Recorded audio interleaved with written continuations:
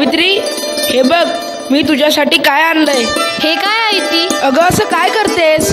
ही पुस्तके आहेत, या पुस्तकांचं वाचन कर. इश्श, आता ह्या वयात कसं वाटल ते?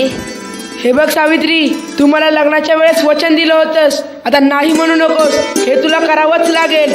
आजपासून तुझा अभ्यास सुरू. अहो, पण लोक काय म्हणतील? किती बदनामी होईल आपली.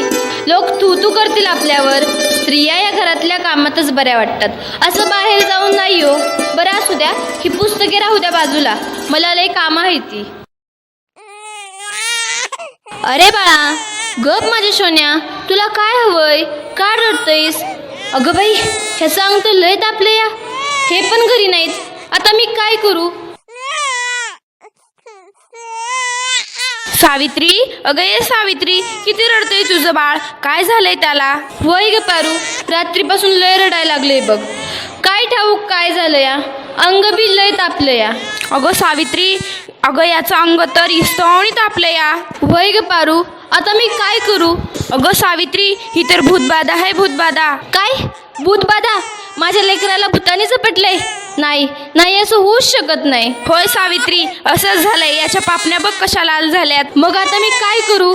हे पण घरी नाहीत. अगं तुझं पोरगं लय तापलंय. आता रडत बसू नकोस, वेळ वाया घालू नकोस. आपल्या गावाबाहेर मांत्रिक बाबा आलेत, लय जालिम उपाय करतात ते. त्यांच्याकडे घेऊन जा त्याला. वाटलं तर मी येते तुझ्या संग. वय वय, चल लवकर, माझं लेकरू लय तापलं या. बाबा, ते बघा, एक बाई आपल्या बाळाला घेऊन येत आहे आपल्याकडे. म्हणजे आज आपली कमाई होणार. बाबा, माझ्या बाळाला वाचवा. बाबा, माझ्या बाळाला वाचवा. त्याचा अंग इस्तवासारखं तापले. बाबा, काहीतरी करा. बाबा, काहीतरी करा. तुझ्या बाळाला भूतबाधा झाली या. कसली भूतबाधा बाबा? बाई, तुझ्या बाळाला विहिरीतल्या भूताने झपटलंय. काय? विहिरीतल्या भूताने? मग काहीतरी उपाय सुचवा बाबा, मी माझ्या बाळासाठी काय पण करीन. बाई, तू काळजी करू नकोस. बाबांवर विश्वास ठेव, सगळं काही चांगलं होईल. थोडा धीर धर. कसा धीर धरू बाबा, कसा धीर धरू? तुला तुझ्या बाळासाठी बळी द्यावा लागेल, म्हणजे तुला एक बकऱ्याचा नैवेद्य द्यावा लागेल. ठीक आहे बाबा, मी माझ्या बाळासाठी वाटतेन ते करीन, पण माझं बाळ वाचलं पाहिजे. माझ्या बाळाला वाचवा बाबा. बाई, तुला काय करायची गरज नाही, तू फक्त पैसे दे, नैवेद्य आम्ही करू. ठीक आहे बाबा, मी वाटेल तेवढं पैसे देईन, पण माझं बाळ वाचलं पाहिजे. हे घे अंगारा, दिवसातनं 2 वेळेस लावत जा बाळाला. बाबा की जय हो, बाबा की जय हो. बम बम बोले, बम बम बोले.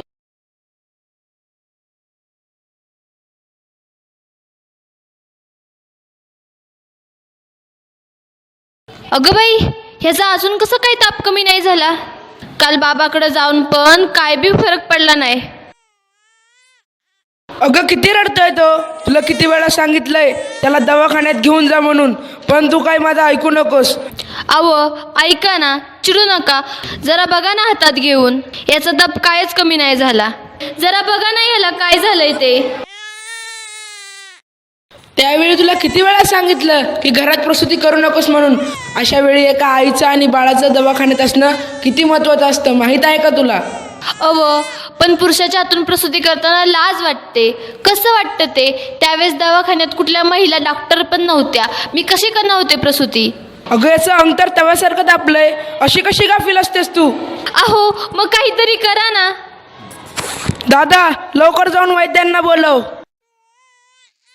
हे काय करतेस तू? मी याला देवाचा अंगारा लावतीये. बस कर सावित्री, हा सर्व अंधविश्वास असतो. अहो, जरा विश्वास ठेवा. हे बघा, याचा ताप कमी होतोय, कपाळ पण अगदी थंड पडलं या. बघा ना जरा. उठ ना बाळा, उठ, डोळे उघड. हे बघ, तुझी मम्मी तुला बोलवतीये. उठ ना पिल्लू, आई तुला आवाज देतीये. उठ ना बाळा. काय झालं? अहो, याला काय झालं? हा उठत का नाहीये आणि डोळे पण उघडत नाहीये. ए बाळा, उठ ना. काय झालं? अहो, काय झालं याला?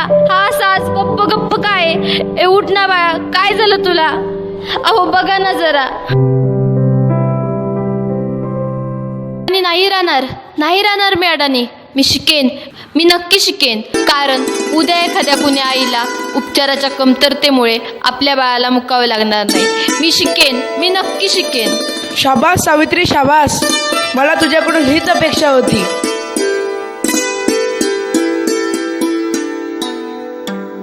अगं बाई, मला माहितीच नव्हतं सूर्य हा पृथ्वीच्या गोल फिरतो. अगं सूर्य पृथ्वीच्या गोल फिरत नाही, पृथ्वी सूर्याभोवती फिरते. समजलं? चल गावंढळ. तुम्ही मला सारखं सारखं गावंढळ म्हणत जाऊ नका हो. लाज शरम सगळी विकून खाल्ली आहे या सावित्रीने. कलियुग आहे रे बाबा, कलियुग. उद्या डोक्यावर मिऱ्या वाटेल तेव्हा कळेल या सुमंत्रावांना. असं कोणी आपल्या बायकोला शिकवतं का? सगळं जग नष्ट होईल, बघत राहा तुम्ही. काय झालं? या समाजाला घाबरलीस की काय? हे तर तुला आयुष्यभर सहन करावं लागणार आहे. नाही, मला आता कोणी काही म्हणू दे, मी आता मागे हटणार नाही. मी शिकेन, मी नक्की शिकेन. मग चल माझ्या बरोबर. पोस्टमन, सुमंतरावांचं घर हेच आहे का? तुमची दिल्लीहून तार आलीये. सावित्री, तुला दिल्लीवरून तार आलीये. तुला दिल्लीला जावं लागेल. तुला दिल्लीला पुरस्कारासाठी बोलवलंय. तुझा सत्कार होणार आहे. काय? आज हे फक्त तुमच्यामुळे शक्य झालं, नाहीतर मी एकटी काहीच करू शकले नसते. Congratulations, keep it up. महिलांचा सन्मान वाढवलात तुम्ही. आज माझ्या हातात ही डॉक्टरकीची पदवी नसून उद्याच्या त्या सोनेरी क्षणाची चावी आहे, ज्याच्यावर आजपर्यंत फक्त अंधविश्वास व नकारवक्तेचे कुलूप लागले होते. माझ्या देशात अशा अनेक महिला आहेत ज्यांची स्वप्न चुलीच्या धुरात हरवून गेली आहेत. मला असं वाटतं ही स्वप्नांची पतंग खुल्या आकाशात उडावी आणि प्रत्येक घरात सुमंत्राव असावे, कारण हे या पतंगाच्या दोऱ्याला कधीच कापू देऊ नये. हे करणं खूप अवघड तर आहेच, पण अशक्यही नाही. सावित्री, चुकलं माझं, मला माफ कर. मी तुला नाही नाही ते बोलले. तू आज शिकून समाजाला धडा शिकवलास.